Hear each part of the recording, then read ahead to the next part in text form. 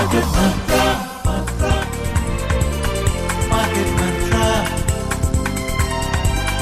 Market Mantra. Market Mantra. Market Mantra.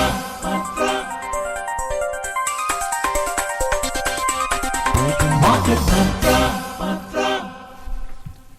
This is Akashwani. Good evening and welcome to Market Mantra. Today being Monday, we'll be taking your calls on your market-related queries, but do remember that we do not address stock or company-specific queries. You can call us on our telephone numbers 2331 4444, 2331 0481 and 2371 7106. And of course, do not forget to prefix 011 before these numbers, the Delhi STD code if you're calling from out of Delhi. My name is Nishit Kumar and with me is my co-anchor in Hindi, Nikhil Kumar. नमस्कार, market मंत्र कार्यक्रम में आप सभी का स्वागत है। आज सोमवार है और हम आपके प्रश्नों को सीधे कार्यक्रम में शामिल करेंगे। इस कार्यक्रम में भाग लेने के लिए आप हमें नंबर्स पर फोन कर सकते हैं 23314444। दूसरा नंबर है 23310481 और तीसरा नंबर है 23717106। दिल्ली से बाहर के श्रोता इन नंबर से पहले दिल्ली का एसटीडी कोड 011 भी डायल करें। और श्रोताओं, आपके प्रश्नों के उत्तर देने और हमारे साथ चर्चा के लिए आज स्टूडियो में हमारे साथ हैं वरिष्ठ आर्थिक पत्रकार शिशिर सिन्हा। शिशिर जी, कार्यक्रम में आपका स्वागत है। नमस्कार, धन्यवाद। और सबसे पहले नजर आर्थिक सुर्खियों पर। The benchmark domestic indices fall. Sensex slips nearly 200 points. Nifty settles at 24,219. Commerce and Industry Minister Piyush Goyal says India is negotiating free trade agreements with 8 to 9 additional groups of countries and global crude oil prices decline. घरेलू share बाजार में आज गिरावट आई। Sensex में लगभग 200 अंक की सुस्ती देखी गई, जबकि निफ्टी 24,219 अंक पर बंद हुआ। वाणिज्य और उद्योग मंत्री पीयूष गोयल ने कहा कि भारत 8 से 9 अतिरिक्त देशों के समूह के साथ मुक्त व्यापार समझौता करने के लिए प्रयास कर रहा है और वैश्विक कच्चे तेल की कीमतों में गिरावट आई।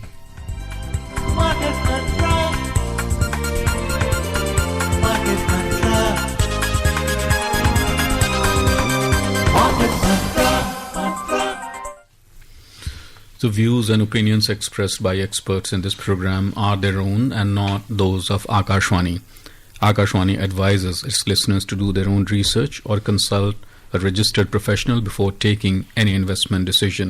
We further advise all listeners to exercise due diligence and rely on their own judgment for taking any financial decision.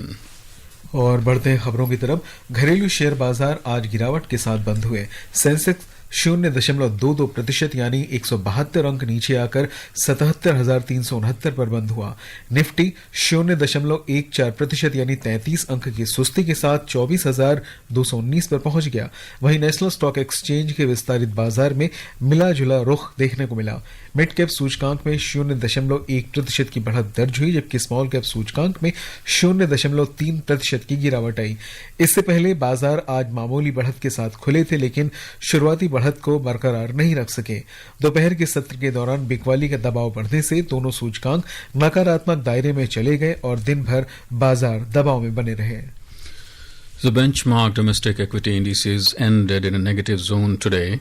The Sensex declined 172 points or 0.22% to close at 77,369. The Nifty dropped 33 points or 0.14% to settle at 24,219. Meanwhile, the broader market at the National Stock Exchange showed mixed trend. The mid-cap 100 index added 0.1%, while the small-cap 100 index dipped 0.3%. Earlier, markets opened marginally up but failed to sustain their early gains. Both benchmark indices slipped into negative territory around the afternoon session as selling pressure intensified. The markets remained under pressure for the rest of the day. Sensex सूचकांक की 30 में से 20 कंपनियों के शेयरों में आज गिरावट दर्ज हुई। सबसे अधिक नुकसान वाले शेयरों में अडानी पोर्ट्स, बजाज फाइनेंस और भारत इलेक्ट्रॉनिक्स में 1.3%, की गिरावट देखी गई। वहीं बजाज फिनसर्व में 1.2% और ट्रेंट में 0.9% की सुस्ती आई। इसके विपरीत टाटा स्टील में 1.9%, HCL टेक में 1.3% और इन्फोसिस में 0.9% की बढ़ोतरी दर्ज की गई। And in the sectoral indices on the Bombay Stock Exchange, 17 out of 28 sectors registered losses. Among the top underperformers, insurance decreased 0.9%, PSU banks as well as housing finance shed 0.8%, and consumer durables fell 0.4%. In contrast, metal advanced 1.4%, telecommunications rose 1%, and commodities added 0.5%. The overall market breadth at the Bombay Stock Exchange was negative as shares of 2,467 companies declined, 1,973 advanced, and 248 remained unchanged. अंतर banking विदेशी मुद्रा बाजार में रुपया आज $1 की तुलना में 3 पैसे की गिरावट के साथ 95 रुपए 74 पैसे पर बंद हुआ।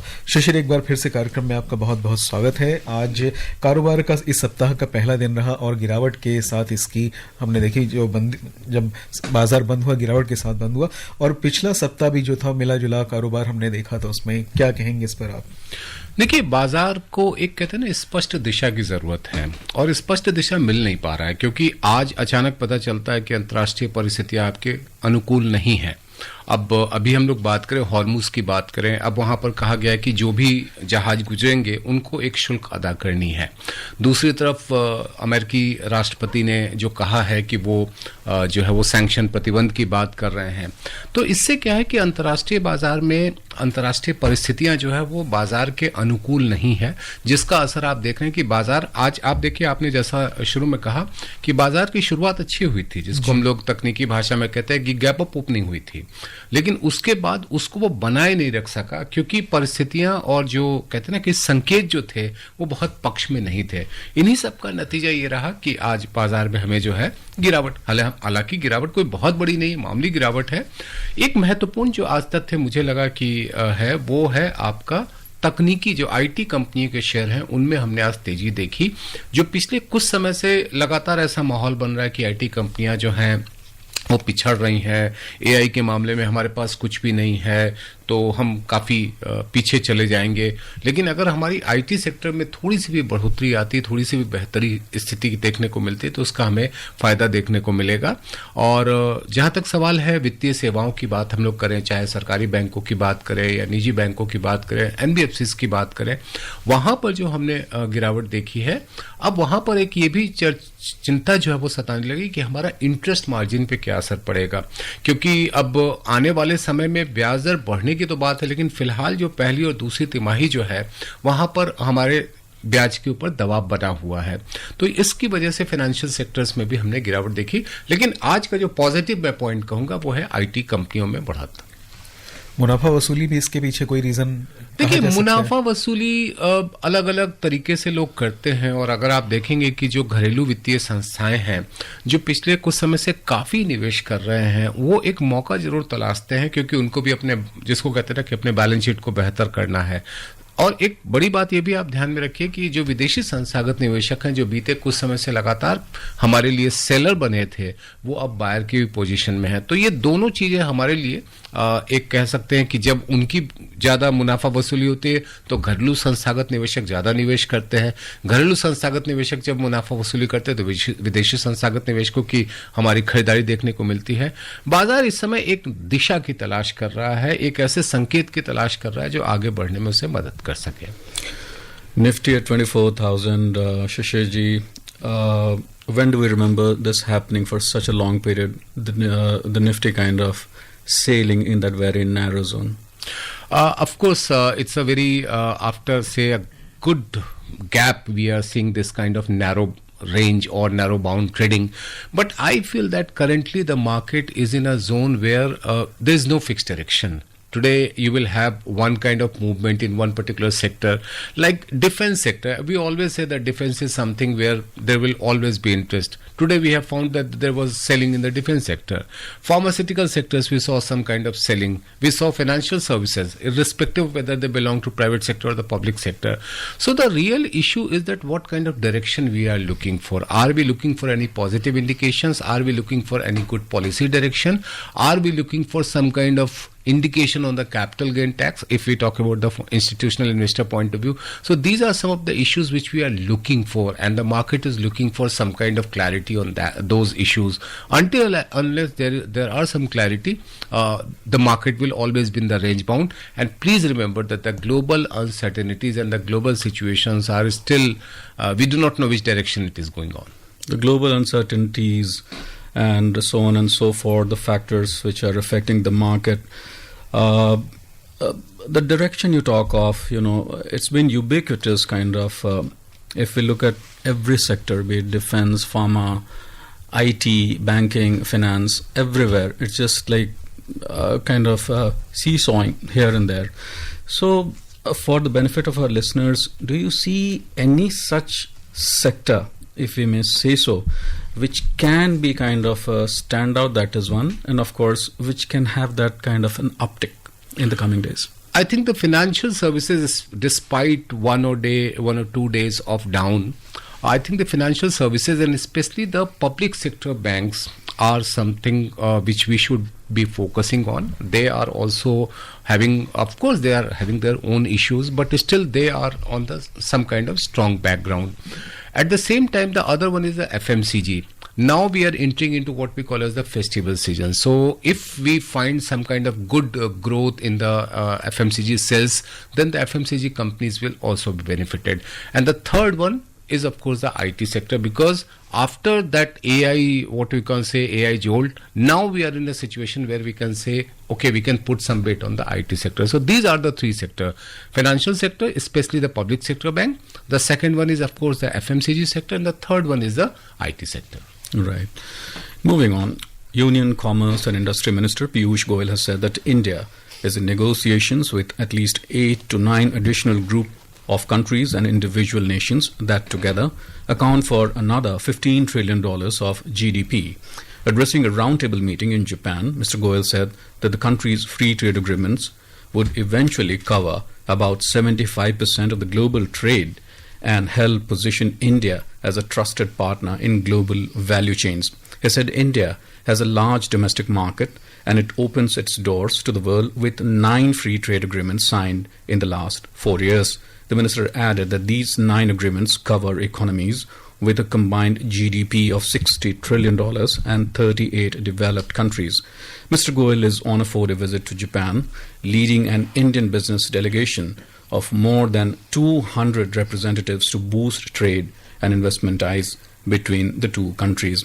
Shishirji, India's outreach with 8 to 9 additional group of countries and individual nations, as the story says, together kind of accounting another $15 trillion to the GDP. We, earlier this year as well as last year, we saw the India-EU and of course the India-US trade deal as of now being again in that territory, that zone. How do you see this?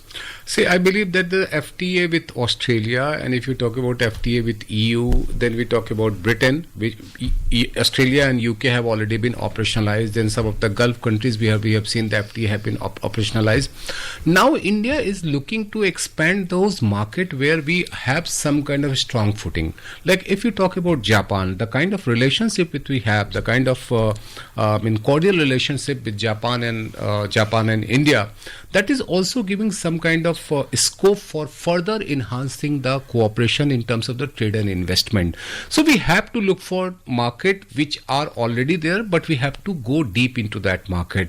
At the same time, we also have to look for the newer market, whether we talk about the Latin America, whether we talk about African countries, where we talk about some of the Asian economies also, where we have not so good business relationship. There can be expand into that. So that is why the focus, number one, going deep into wherever we have good relationship, at the same time looking for the newer market and since we are talking about Viksit Bharat by 2047, we have to attract more and more investment. So these are the issues why we are seeing that our minister is going there. And please remember, the finance minister is also going to travel to Canada and US, and there she is going to talk about investment as well as the trade. Right, and Commerce and Industry Minister Piyush Goyal as well said that India will amend the existing regulations and introduce new rules over the next 2 months to address concerns raised by companies seeking to set up manufacturing operations in the country. Speaking during a program in Tokyo, Mr. Goyal said that within the next 2 months, India will amend its regulations. The minister said the government was willing to address issues faced by investors where the demands were fair and justified. श्रोता, market मंत्रा कार्यक्रम में share बाजार से जुड़े किसी भी प्रश्न का उत्तर जानने के लिए आप हमें फोन कर सकते हैं और नंबर है 23314444, 23310481 और तीसरा नंबर है 23717106।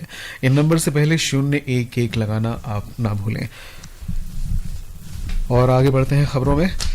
विदेश मंत्री डॉक्टर सुब्रमण्यम जयशंकर ने आज क्रेमलिन में रूसी राष्ट्रपति व्लादिमीर पुतिन से भेंट की। दोनों नेताओं ने भारत रूस संबंधों को और सशक्त करने तथा विभिन्न क्षेत्रों में सहयोग बढ़ाने के तरीकों पर चर्चा की। बैठक में द्विपक्षीय व्यापार, आर्थिक सहयोग और आगामी उच्चस्तरीय शिखर सम्मेलनों की तैयारियों पर चर्चा की गई। डॉक्टर जयशंकर ने भारत रूस की मजबूत और बढ़ती साझेदारी, विशेष रूप से आर्थिक सहयोग, व्यापार तथा ऊर्जा के संबंध में अपने विचार व्यक्त किए। उन्होंने कहा कि व्यापार, ऊर्जा, उर्वरक और परमाणु सहयोग सहित कई क्षेत्रों में दोनों देशों के बीच संबंध काफी मजबूत हुए हैं। वहीं रूस के राष्ट्रपति व्लादिमीर पुतिन ने भारत को उर्वरक आपूर्ति बढ़ाने की पेशकश की। उन्होंने कहा कि रूस भारत के साथ विभिन्न मुद्दों पर सहयोग करने के लिए आवश्यक कदम उठा रहा है। शशि जी, विदेश मंत्री का ये दौरा कितना महत्वपूर्ण है और क्या मायने हैं इन तमाम बातों के? देखिए, प्रधानमंत्री और व्लादिमीर पुतिन की जो बैठक होनी है उसके लिए एक आधार तैयार किया जा रहा है इस बैठक के जरिए। इसके अलावा जो मुझे लगता है कि सबसे महत्वपूर्ण बात जो कही, जो आपने एक पैराग्राफ में पढ़ा कि उन्होंने ज्यादा खाद की बात की, उर्वरक देने की बात की है। देखिए, जब से रूस और यूक्रेन वाली लड़ाई हुई उससे हमारे यूरिया की आपूर्ति के ऊपर और बाकी भी जो कंपोनेंट है उसकी आपूर्ति पर असर पड़ा, और उसका असर ये हो कि उसके दाम काफी बढ़े। उसके दाम बढ़ने का नुकसान ये हुआ कि हमारा जो सब्सिडी पे खर्च है वो काफी बढ़ा है, और कई बार ऐसी भी स्थिति आई कि जो 3,300 या 3,200 रुपए का जो पड़ रहा है उसे हम 250-300 रुपए या 350 रुपए में बेच रहे हैं, मतलब 10वें हिस्से में हम उसको बेच रहे हैं। तो जाहिर सी बात है कि हमारे लिए सब्सिडी का बोझ भी जो है वो काफी ज्यादा बढ़ रहा है। तो ऐसी परिस्थिति में रूस का ये कहना कि वो ज्यादा उर्वरक की आपूर्ति के लिए तैयार है वो काफी महत्वपूर्ण बनता है। कई क्षेत्रों में उन्होंने हमारे साथ रणनीतिक साझेदारी की है, और सबसे बड़ी बात है कि प्रधानमंत्री और उनकी मुलाकात के पहले का एक आधार तैयार हो रहा है। उम्मीद हम कर सकते हैं कि वहां पर कुछ नए समझौते देखने को मिलेंगे। और इस बीच हमारे आज के पहले कॉलर हैं शंकर भोपाल से। आपका स्वागत है, सवाल पूछिए। शंकर, सवाल पूछिए आपका। मेरी आवाज आ रही? जी बिल्कुल आ रही है, सवाल पूछिए। मेरा सवाल सर, ये जो हमारे यहाँ चाइना से और मोस्टली चाइना से जो सामान आता है, फिनिश्ड गुड्स, कच्चा सामान नहीं, फिनिश्ड गुड्स, और उसको पे ड्यूटी क्यों नहीं बढ़ा दी जाती जिससे हमारे देश में सामान बने और हमारा मैन्युफैक्चरिंग बढ़े। और इसी सिलसिले में अगर मैन्युफैक्चरिंग इक्विपमेंट के इंपोर्ट में कुछ रियायत दे दी जाए या जीरो ड्यूटी कर दी जाए तो मैन्युफैक्चरिंग बढ़ेगी अपने आप, क्योंकि अभी भी मैन्युफैक्चरिंग इक्विपमेंट पे भी इंडिया में ड्यूटी है, और कच्चे फिनिश गुड्स पे, तैयार सामान पे चाइना से ड्यूटी उतनी है जितनी समझ लीजिए दूसरे देशों से जो हमारे फ्रेंडली देश हैं उनसे। तो ऐसा क्यों? उन पर ड्यूटी बढ़ा दें तो अपने आप मैन्युफैक्चरिंग गुड्स कम हो जाएंगे चाइना से और यहाँ बनने की तैयारी हो जाएगी। शंकर जी, आपका सुझाव तो अच्छा है, लेकिन इसकी एक कुछ कहते हैं ना व्यावहारिक भी दिक्कतें हैं, क्योंकि आप किसी भी सामान पर जब शुल्क बढ़ाते हैं तो उसमें यह भी ध्यान में रखना होता है कि उस देश के साथ जो भी आपका व्यापार है वो कितना हद तक प्रभावित होता है। तो जो भी आप कहते हैं कि आप वहां से आयात कर रहे हैं उसको आप और महंगा कर दीजिए। ये भी ध्यान में रखिए कि हम चीन से बड़े पैमाने पर कच्चा सामान आयात कर रहे हैं, जैसे आपका एपीआई है या फिर चिप्स हैं या बहुत सारे इलेक्ट्रॉनिक कंपोनेंट है, कैपिटल गुड्स हैं। अब यदि उन सामानों पर यदि वो ड्यूटी बढ़ा देते हैं रेसिप्रोकल वे में, तो फिर नुकसान आपको भी उठाना पड़ेगा। तो यहां पर एक व्यवहारिक पक्ष को ध्यान में रखते हुए करना होगा, और ये आप ध्यान में रखिए कि हमारे व्यापार का जो पूरा कॉम्पोजिशन है वो किस तरीके का है। आगे बढ़ते हैं। एशियाई बाजारों में आज दक्षिण कोरिया का कॉस्पी 3.1% लुढ़क गया और जापान का निक्केई 225 आज 0.7% नीचे आ गया। यूरोपीय बाजारों में लंदन का फुट्सी 100 0.2% की बढ़त पर था और जर्मनी का डेक्स 0.1% ऊपर चढ़कर कारोबार कर रहा था। दिल्ली से हमारे अगले श्रोता हैं जो फोन लाइन पर सतपाल जी, स्वागत है, सवाल पूछिए। सर नमस्कार जी। नमस्कार सर, आजकल जो लड़ाई का माहौल चल रहा है अमेरिका और ईरान के बीच में, इसको ऐसे कंसीडर करते हुए तो क्या लग रहा है कि फ्यूचर में क्या निफ्टी वगैरह कुछ बढ़ेगा, या आपने जो लार्ज कैप है, स्मॉल कैप है, मिड कैप, इसके ऊपर बताइएगा कि कौन सा सेक्टर सही रहेगा। सतपाल जी, देखिए, दोनों देशों के बीच जिस तरीके के तनावपूर्ण स्थिति बने हुई है उसमें किसी भी तरीके की भविष्यवाणी करना उचित नहीं है, क्योंकि हर रोज एक नई परिस्थिति हमें देखने को मिलता है। जैसे मैं आज की बात करूं तो आज ईरान ने कहा कि वो जो हॉर्मुज जलडमरू मध्य है वहां से जो भी जहाज जाएंगे उनसे वो पैसा लेंगे। तो ये एक अलग तरीके की परिस्थिति है। अब प्रश्न यह है कि बाजार को लेकर के आपकी क्या रणनीति होनी चाहिए। आपने एक चीज नोटिस किया होगा कि बीते कुछ समय से हमने शेयर बाजार में थोड़ी एक बेहतरी देखी है। अब शेयर बाजार काफी हद तक लड़ाई की बातों को जो है वो हम ये नहीं कह रहे पूरी तरह से उसने डिस्काउंट कर दिया, दरकिनार कर दिया, अभी भी कुछ चीजों को हो। और मेरी हमेशा से राय रही है कि इस तरह की परिस्थितियों में अगर आप बाजार में आना चाहते हैं तो छोटे छोटे किस्तों में आप लार्ज कैप में आप पैसा लगाएं, और वो भी जब बाजार में एक गिरावट का माहौल बना हो वहां पर आप खरीदें छोटे छोटे किस्तों में। जब गिरावट आए, इससे आपको क्या होगा कि आपकी लागत में एवरेजिंग का मौका मिलेगा और आपके लिए कुल लागत जो है वो कम हो सकेगा। तो मेरा सुझाव ये है, लार्ज कैप है, लेकिन उसके साथ साथ अगर आप म्यूचुअल फंड में भी आप निवेश करें जो डाइवर्सिफाइड फंड हो और डेट और इक्विटी दोनों का हो, बैलेंस फंड जिसको हम लोग कह सकते हैं, वहां पर आपके लिए बेहतर विकल्प होगा। Next caller is KK Shukla from Maharashtra. Mr. Shukla. Ji, good evening all of you. मेरा क्वेश्चन ये है कि अगले साल महंगाई लगभग 7% था, इस बार 2-3 महीने में लगभग 10-12% बढ़ गया। क्या इसका पूरा कारण ये जो पेट्रोलियम का प्रॉब्लम है दूसरे कंट्री से आता है उसका, या फिर और कोई कारण है? शुक्ला साहब, थोड़ा सा मैं क्षमा के साथ आपके आंकड़े को थोड़ा सही करना चाहूंगा कि खुदरा महंगाई दर जो है, अगर जो ताजा आंकड़े जो कि जुलाई के हैं वो 4.5 के करीब में है। तो ये जो 10% की आपने बात कही है वो उचित नहीं है यहाँ पर उसको जिक्र करना। तो ये जो 4.5% है, इसमें 2-3 चीजों की महंगाई दर ज्यादा है। आप प्याज की बात कर लीजिए, चीनी की बात कर लीजिए, इसके अलावा हम सोने और चांदी की बात कर लें, और हमारे आपके घरों में जो लहसुन और अदरक का जो इस्तेमाल होता है इसकी महंगाई दर काफी बढ़ गई है। तो हमारी थाली के बजट पर जरूर इसका असर पड़ा है, लेकिन कुल महंगाई दर यानी कि जिसको हम लोग कहते हैं हेडलाइन जो इन्फ्लेशन रेट है वो 4.5% के करीब में है। और पेट्रोलियम प्रोडक्ट में जो दाम बढ़े थे पेट्रोल और डीजल के, उसका असर जो है वो कुछ हद तक हमें जरूर देखने को मिला है, क्योंकि डीजल का जब हम कहते हैं कि डीजल के दाम बढ़ते हैं तो उससे सामान की आवाजाही की लागत बढ़ती है और उससे महंगाई दर पर असर पड़ता है। लेकिन अभी भी जो 6% हमारे लिए महंगाई दर की सीमा होती है, जो भारत सरकार और रिजर्व बैंक के बीच में जो एक समझौता है, वहां पर हम नहीं पहुंचे। 4% से ज्यादा है, तो वहां पर जरूर हमें सोचने की जरूरत होती है। Next caller is Sadbuddhi from Chennai. Welcome. Yeah. Hello, sir. Good evening, team. Market Mantra team. Good evening. This is regarding this semiconductor industries. Recently, we have implemented in Gujarat. What time it will take the effect, and when we are going to lead in the semiconductor chips preparation, sir? Sir, I think by 27, by the next year, we will be in a position to export also after meeting the domestic requirement. And there are other plants also which are coming into existence. 2 or 3 have already started production. So I believe by 27 and by 28, we will be in a better position in terms of the semiconductor, or what you can call it as a chips. Moving on, Iran has said that vessels from authorized countries transiting the Strait of Hormuz will now be required to pay service fees to Tehran.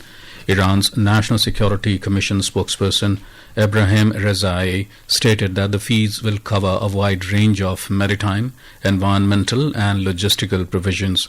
According to Strait broadcaster, this comes after the approval of the Article 3 strategic action to ensure the security and progress of the Strait of Hormuz plan. On the other hand, United States Treasury Secretary Scott Bessent is set to unveil a new package of sanctions against Iran tonight. And in the oil sector, the global crude oil prices declined today. Brent crude was trading 1.6% down at $92.87 per barrel in the intraday trade. The West Texas Intermediate crude was trading 2.3% lower at $85.08 per barrel when reports last came in. Shishirji, Iran as well kind of throwing tantrums every day. Today something, tomorrow something, day after something. Now this new fees coming into picture. We'll come to that, but in the meanwhile we are joined in by our next caller Sainath from Thane. Mr. Sainath. Hello Yeah, Mr. Sainath. मेरा question है कि अभी company जो dividend देती है share dividend वो 15H form senior citizen को valid है कि फॉर्म नंबर 121 कुछ चेंज हो गया? ये चेंज हो गया है क्योंकि आयकर कानून 2025 लागू हुआ है 1 अप्रैल 2026 से।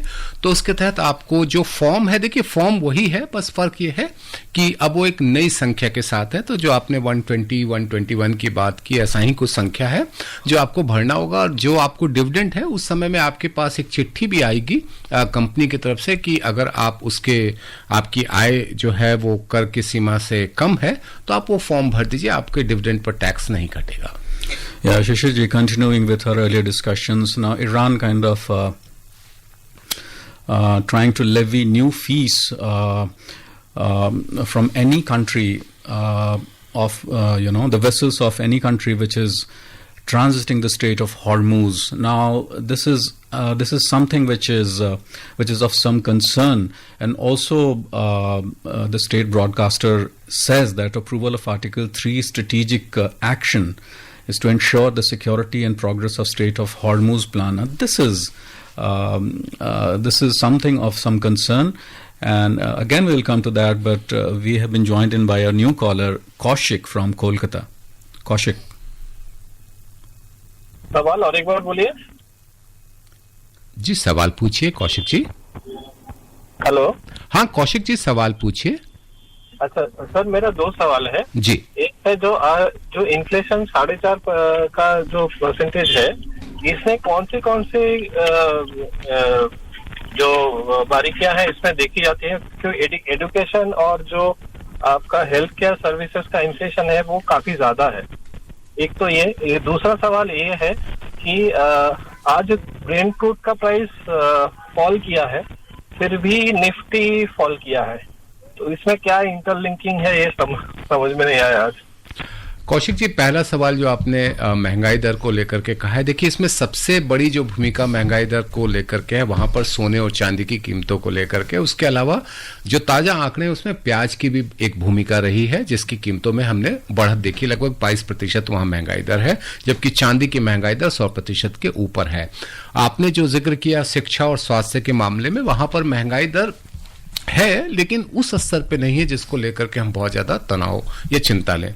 दूसरा जो आपने प्रश्न पूछा निफ्टी बनाम कच्चे तेल को लेकर के, इसका दोनों का कोई कनेक्शन नहीं बन रहा है।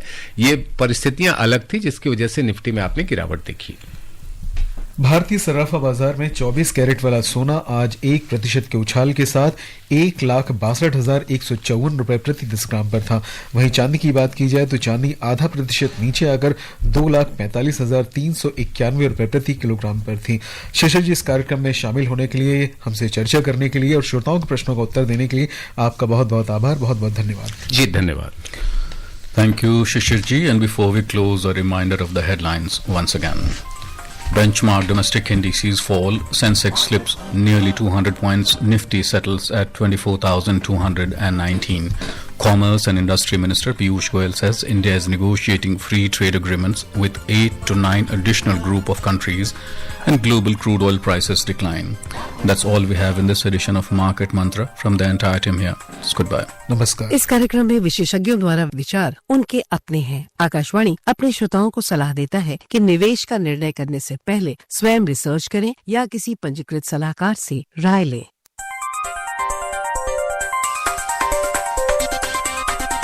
Market Mantra.